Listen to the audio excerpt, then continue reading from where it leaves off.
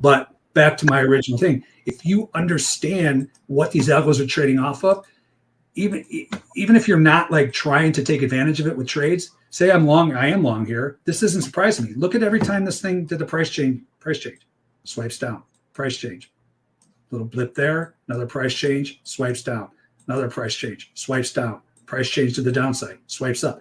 So even if you're not trading this, at least you can keep your sanity understanding, oh, this is just the algo games playing off the price change. And you can definitely, you can trade this too. You got to be fast, right? You're going against algos. You got to be able to, and you know, again, one time the price change is a few points, another time it's like double that.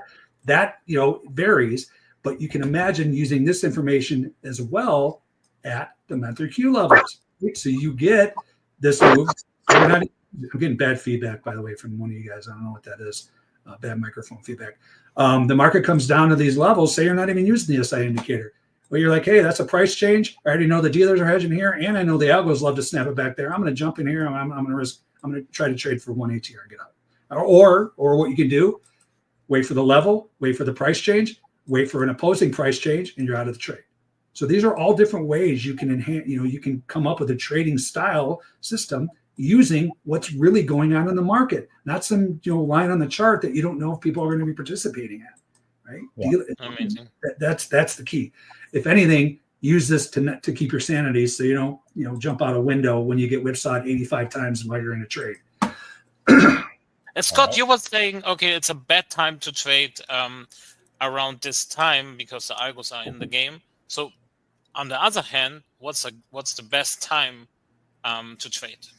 The best time, obviously, is not right at the open, but I'd say 5 to 10 minutes after the open. You get a lot more cleaner moves, and you're not going through this nonsense, right? Very many times, you get more extended moves. And then so I do my live trading webinars. I get on right before the open, and I trade till about 9:30 Central, and then I get back on around 2 o'clock. That's a little late. 1:15.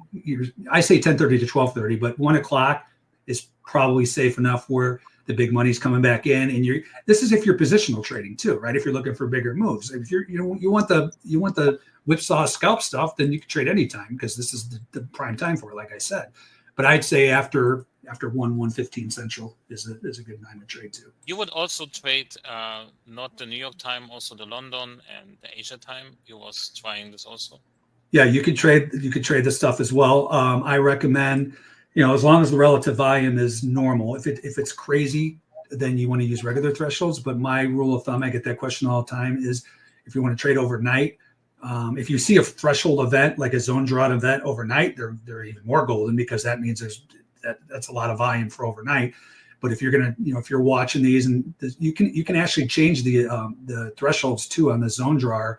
You can change it for overnight trade too. So you go here, and then go down here to advanced. Look at this puppy, right? So you can change them to whatever size you want. So overnight, you can change them I recommend half size. So change your thresholds on that thing for overnight, and it will actually draw the zones for you.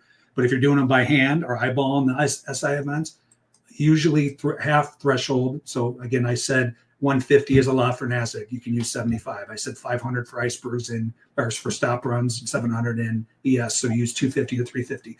So that's a rule of thumb, but you want to be careful. Make sure you're not getting something like this where you're seeing this heavy relative volume come in, right? So, and it happens all the time. I'm talking about a 5-minute chart here. By the way, I'm still along that sexy Gexy and then Q. Like for instance, overnight here in natural gas, you can see there was something going on here, right? So be careful using half thresholds when you're getting this kind of volume overnight. I have mine set for if it lights up yellow if it's 200% or more. But if you're getting this kind of trade and you see a regular event like this kind of relative volume, then it's very, very significant.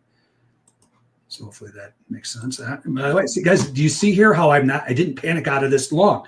Do I like getting whipsawed 85 times on this trade? No, but I understand what these algos do, especially at this time of day. I'm still in that sexy Gexy long. I got out of one early, and I'm trying for a bigger move out of here. Right? But I don't let this.